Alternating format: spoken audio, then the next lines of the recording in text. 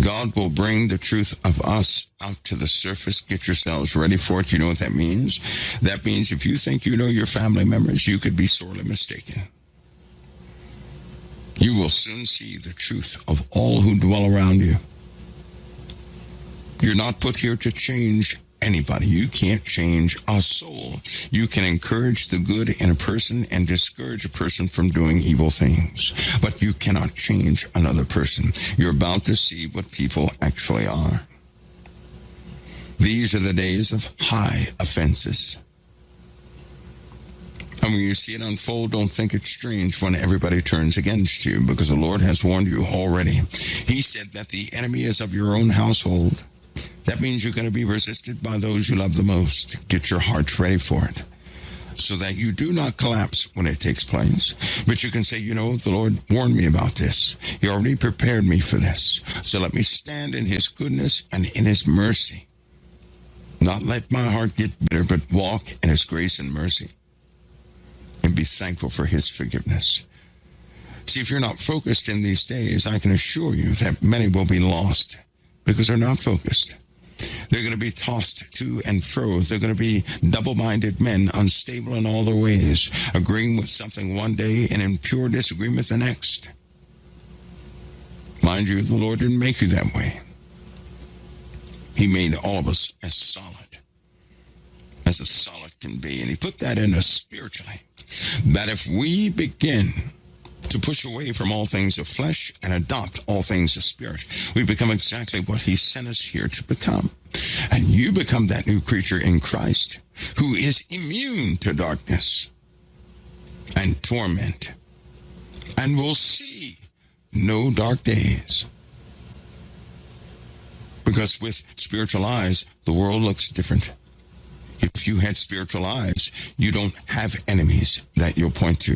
If you have spiritual eyes, you're not out there trying to find out what everybody is doing wrong, but God will have revealed to you the truth of all things. When you have spiritual eyes, He gives you many pearls. You're armed against all the wiles of the devil. And because temptations are purged from you, you will not be drawn into temptation. And should you go through a trial, it will normally be to assist somebody else who is in those conditions. Because, by the way, if God sent a person through a trial and a tribulation, who among you could walk into that tribulation and trial with the person to undergo the heaviness they would undergo, but you understand that your purpose there is to encourage the good in the other person? See, are you ready to go through something with somebody else? Those are ambassadors of the kingdom. The ambassadors of the kingdom are put in the war zones of somebody's life to encourage them when they're in the hardship, to let them know what's going on. But who among you would be able to stand that? Who could walk into somebody else's burden? Who could walk into somebody else's trouble and suffer it with them? Not so that you gain, no, but so that you can give encouragement in the timing of the Lord. Let me ask you something. When you went through your hardest times in life, somebody showed up in your life during a couple of them, and they tried to communicate to you, hey, don't worry. The Lord has plans for you. You got to remember this, because it always happens. Somebody will come in the midst of your trouble, and they'll encourage you. The only way they were able to reach you in that trouble is because they themselves were not above your trouble. See, if somebody above your trouble comes and they have nothing going on in their lives, you won't listen to a word they have to say. You always have met somebody at your level, near or close to your level. God uses people, and He'll put them in the same position you're going to find yourself in to communicate to somebody. But let me ask, who is He going to send? God stands ready to send us for usage all the time, but who is He going to send? Because when something happens in our lives, we want to get out of it. That's the first thing we ask for. We start hurting, we get injured, we get sick or something like that. We want the sickness, the injury, the hurt, the pain, and everything to go away. And we say, Lord, if you take this away, then I'll serve you. That's not what he's looking for. He's looking for the person, no matter their condition. If they're hurt, he can send them to the hurting. If they're brokenhearted, he can send them to the brokenhearted. If they're locked up in jail, he can send them to the prisoners. He has representatives on all levels of growth. Do you know what that means? That means in a prison system, there are people that were put there.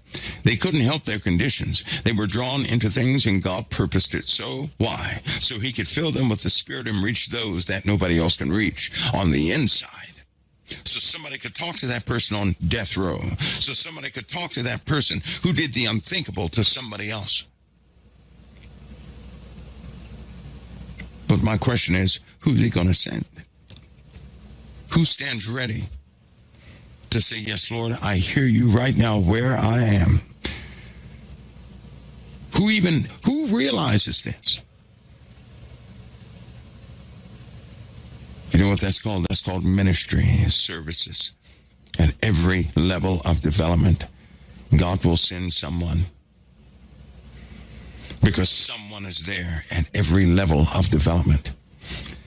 The sin you have overcome, I can assure you that somebody is there, representative of the Most High, who was in the same sin that the other people were. But this one, the one who's in that sin, they may not even know it, but they're going to be called. They'll respond to that call right there where they are. They'll see it. They'll begin to be an encouragement to those around them. He put you in places of darkness so that you could be used for those who are in that darkness. Can you see it? If he were to pull all of you straight up to a dwelling of light, you'd be so distant from those in the darkness, you couldn't say a word. And how many times has somebody tried to come to you and give you some advice, and you said in your mind and in your heart, well, they've got it good. That's why they can say that stuff. They're not suffering like I'm suffering. See, that rises up in you. When you see somebody who is well off, who's well fed, and they come to you and they say, hang on just a little bit longer, things will get better. Oh, you're going to think, that thought's going to come up. You're going to say, that's easy for them to say. It's easy for them to say hallelujah right now. It's easy for them to trust in the Lord right now because they're not in my position. They've got it made. But what about this? What about you meet a person who's gone through worse than you have? And how about that person look you dead in the eye and say, hey, don't you worry. The Lord will deliver you. See, that makes you listen. When somebody connects to you on that level, it makes a difference, does it not? Because you can't look at them and say, well, they're trusting in the Lord because they've got it made. No, you'll look upon them and say, my goodness, their situation is worse than mine. But they're holding on. What is wrong with me? That really begins to alter a person. But again, the question is, whom shall I send? He said this in the Old Testament. He said, whom shall I send? What was he talking about? He's talking about that very thing. Because everybody's waiting to get up to this top level and then go out. No.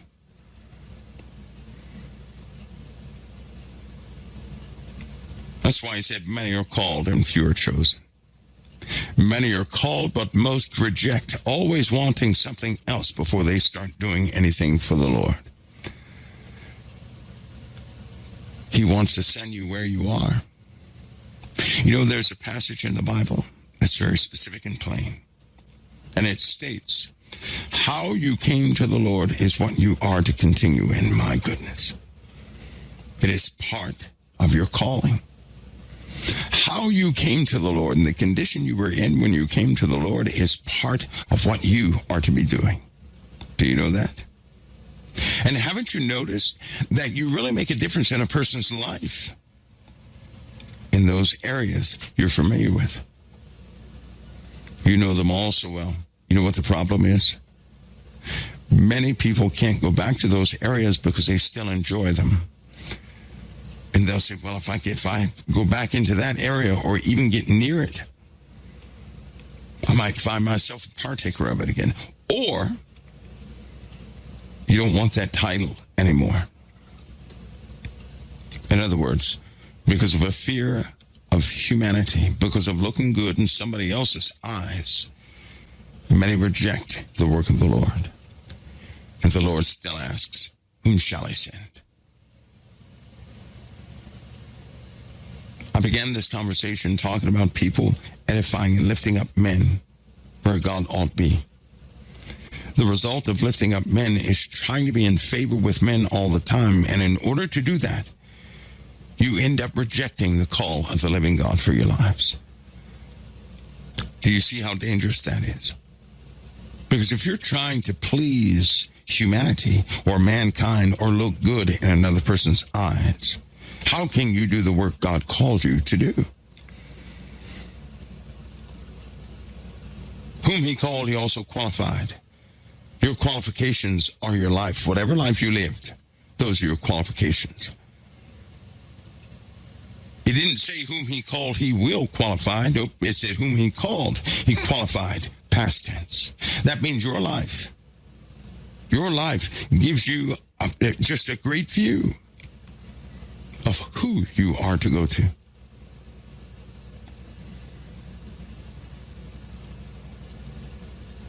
But let me tell you something. The calling of the Lord is embarrassing by way of the flesh. And the only way you can truly respond to that sincere calling of the Lord is to forego things of flesh. Your flesh will get in the way. If you say, no, Lord, I'm not going to do what you call me for because that's embarrassing. Oops, you just said no to the living God. Do you know how many people do that? Lots of people do that. Lots of people don't. They're so frightened of what somebody's going to say. Yet Jesus himself sat in the midst of some rotten folks. And he spent time with them. And he talked to them. Who among you would do the same? So you have something coming up. You're making a choice. It's either going to be your favor with the world or the Lord's way and the Lord. Can you all see that choice? Can you see it's a hard one, isn't it? It's not some easy choice. It's not as easy. If anybody tells you that choice is easy, they have no experience with it. It is not easy. It's a real choice. That's what it boils down to. Many of you have experienced God calling you to do things at an inopportune time. Haven't you? How about reading the Bible? Has he not called you to read a scripture, to go deeper in the Bible? But your body is so tired it feels like you can't go another moment. That's when he calls you to do something. He calls you to do something when you just stepped away from it and you don't want to be seen with it. He'll call you right back in it for the sake of somebody else. And how many times have we said, no, I can't do that? How many times have you been on a highway in a car, stuck in traffic, but yet something is tugging at your heart to give to one of those people on the street for the first time? You don't do it. You start making excuses. I can't do this. I'm in a car. I've got to be at work in 5 minutes, this, that, and the other. The question is, who's going to stop their earthly life to be a servant of the kingdom? Because you won't have both. You cannot serve two masters. By the way, that word serve also means to please. So you cannot please two masters. Fulfillment of your servitude pleases whatever you serve. And fulfillment of servitude is the ultimate goal when you're serving the Lord. But what can stop you from serving the Lord? I just named quite a few things. My question to you is, are we going to continue to allow these interruptions to happen? At what point do we say, Lord, I'm going to go ahead and do it and trust him with your future? See, that's not so easy to do. Anybody who tells you faith is easy, they're lying to you. They have no experience with it. Because see, with faith, you face those situations. You don't know the outcome. Now, how many of you would go into something not knowing the outcome and your family depends upon you? You don't know the outcome of following any call. You're not going to be so quick to do it because you realize your family's at stake. Listen to me carefully. Time for you to entrust your family to the hands of the living God.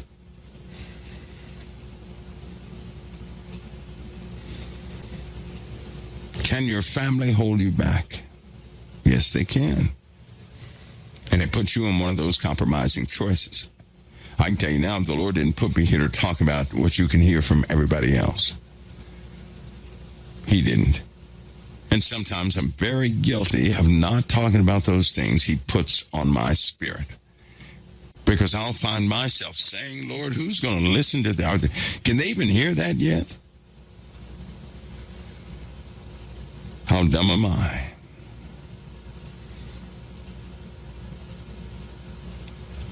These folks are called choices. They're choices.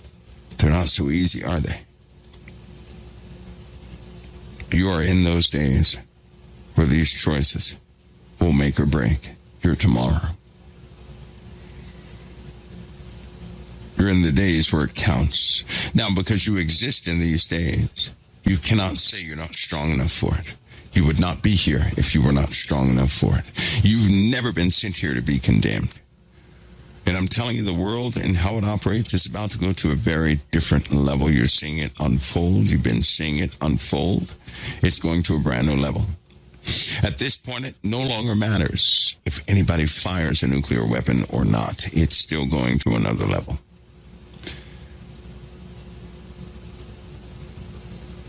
Those who lead this world have made delicate decisions this afternoon. They've decided. I'm telling you now, the world's going to a new level of operation. How you live your life is about to change. But let me give you the ironic part. Then I'm going to take a quick pause. Here's what's ironic. How many of you desire not to suffer anymore?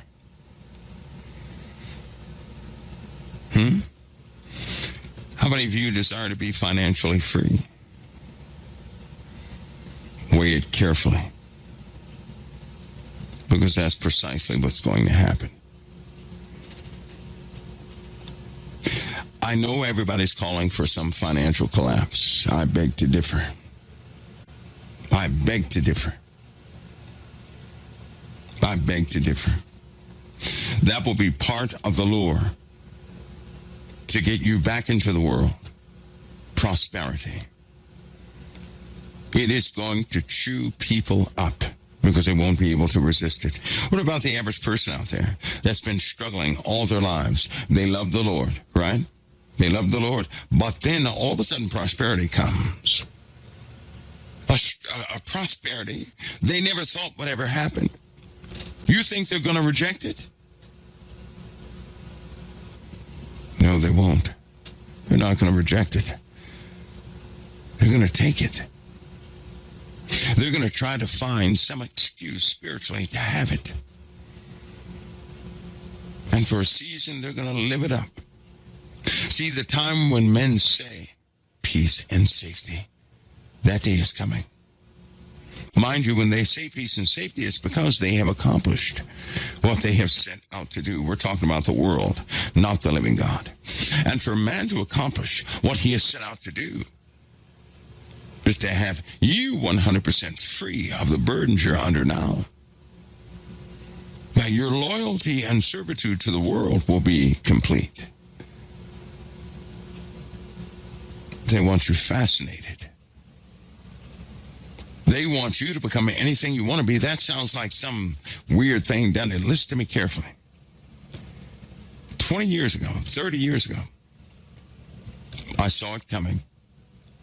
I said, they're really promoting that a person can be anything they want to be, even medically. Look where we are now. Anybody can defy God. If they're born a male, they can become a female. If they're born a female, they can become a male. And they think nothing about it, neither does the world. They open this door. How did they do this? It began by policy. And that policy was enforced. Then all the media, the governments of the world, and everybody else began to change things.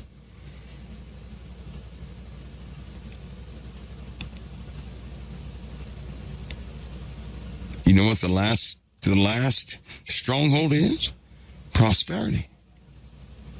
See, there are scriptures about people being prosperous. Why do you think they were so glad when the two witnesses died? They had their money and they had their stuff. They just wanted good conditions in the earth. When everything gets shaken up, you better believe a new kingdom is going to rise. It's rising right now before your eyes. A brand new type of money is coming out. It's already been decided. All the old things that used to offer balance, that a man would strive and they would toil, and through morals,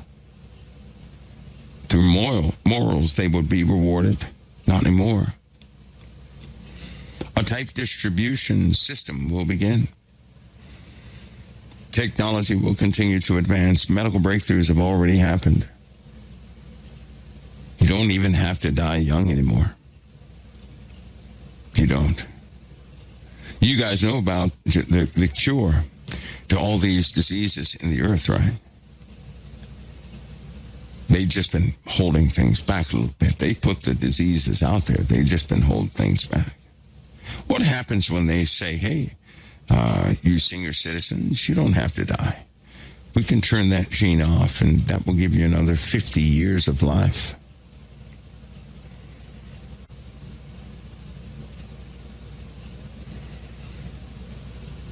Oh, these days are here. Medically, scientifically, they've already accomplished it. They're just trying to find the right label for it. Why do you think they push people being healthy all the time? They're even opening up medical services within the USA to get everybody to be on the same level health-wise. They've been dumping money into areas that make no sense. They're getting rid of one type person in the world, and they're filling the pockets of another type. And unless you are highly immoral, unless your conscience is seared, you're not going to fit too well in this new world. You're just not. You guys know the statistics about the little 15-year-olds that are millionaires? Too many of them are being born. Nobody cares. Everybody's jumping on board with it. You guys aware of this? They're making money in ways you would never believe. For the last 5 years, there have been children who had virtual jobs and they were getting paid real money for it. Isn't that something? Right up under your noses, a brand new thing has begun. Borders have been taken down. And because of robotics and the advancements in artificial intelligence, you can just kind of tap in. So imagine you sit at home, you put on a certain device, you become that workable robot in the factory. So you're working at the factory all day, but you're sitting at home. You really didn't go anywhere. And the wages you get paid are high. You guys remember when they said, well, all the robots are taking away the manufacturing jobs, this and the other? Oh, they've long found a way around that. Remote employees are a reality. From space. It's kind of like those, you guys know about the shipping containers, right? Let me clue you in on this. With the shipping containers and the folks who run the cranes, you do realize that the new cranes have already come out and that they hire, whether it be for 1 day, 2 days, a week, whatever the case is, they hire crane operators to go on their computers and to operate the crane wherever they are. There are no borders. You're talking about $1,200 a day. They pay people like this all the time. So if something pops up, no big deal. They go and get somebody else until you can come back. If you want to stay at that job, well, great. If you don't, no penalty. You just go to another virtual job. Do you know how many factories they've already made the transition? There are robots all over the place. They're popping up in hospitals. You can actually be a nurse from your home now. You don't have to go to the hospital. Full implementation of that takes place in another month. You can work in Amazon right now from your desk.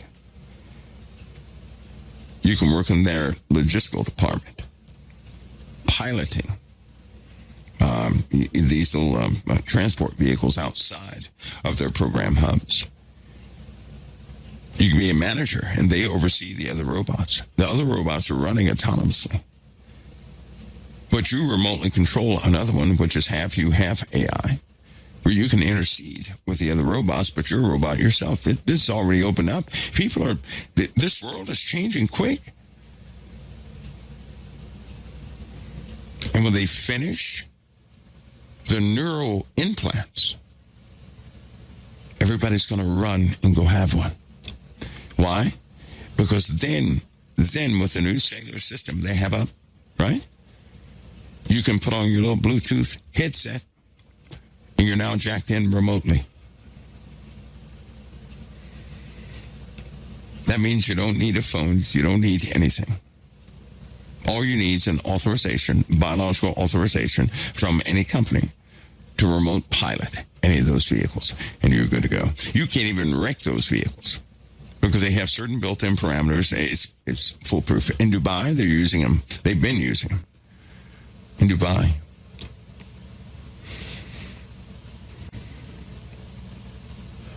Truck drivers, watch out. The fleet will be fully released this year. Autonomous trucks. That means a person's going to sit at home. Say there's a problem on truck number 54. This person will jack in remotely. They'll get in there remotely, start looking around the system and find out, pinpoint the problem, right? With AI, the truck is still driving. Maybe they have to pull over and go to a gas station. In that case, they can manually take over if something fails there or something like that. But you didn't know this. For the last 38 years, they have been running flawlessly. They've only had 2 accidents in the last 38 years. It's kind of like those autonomous aircraft that they have that are carrying passengers, right? For the last, I believe it was 17 years, they've had 0 accidents. It's kind of like some of the autonomous fighters the Navy has. For the last 12 years, they've had 0 incidences on aircraft carriers, so they land perfectly themselves. And it takes one pilot to fly all of them. Just one. Systems integration has already happened, and people are behind the power curve. These kids that are coming up right now, they have a natural understanding of how the architecture is set up and run. We're the ones that have an issue with it. Because we're the generation that doesn't believe anything. Consequently, we're also the generation that has the greatest impact on some of these kids that'll be future leaders in a very different place.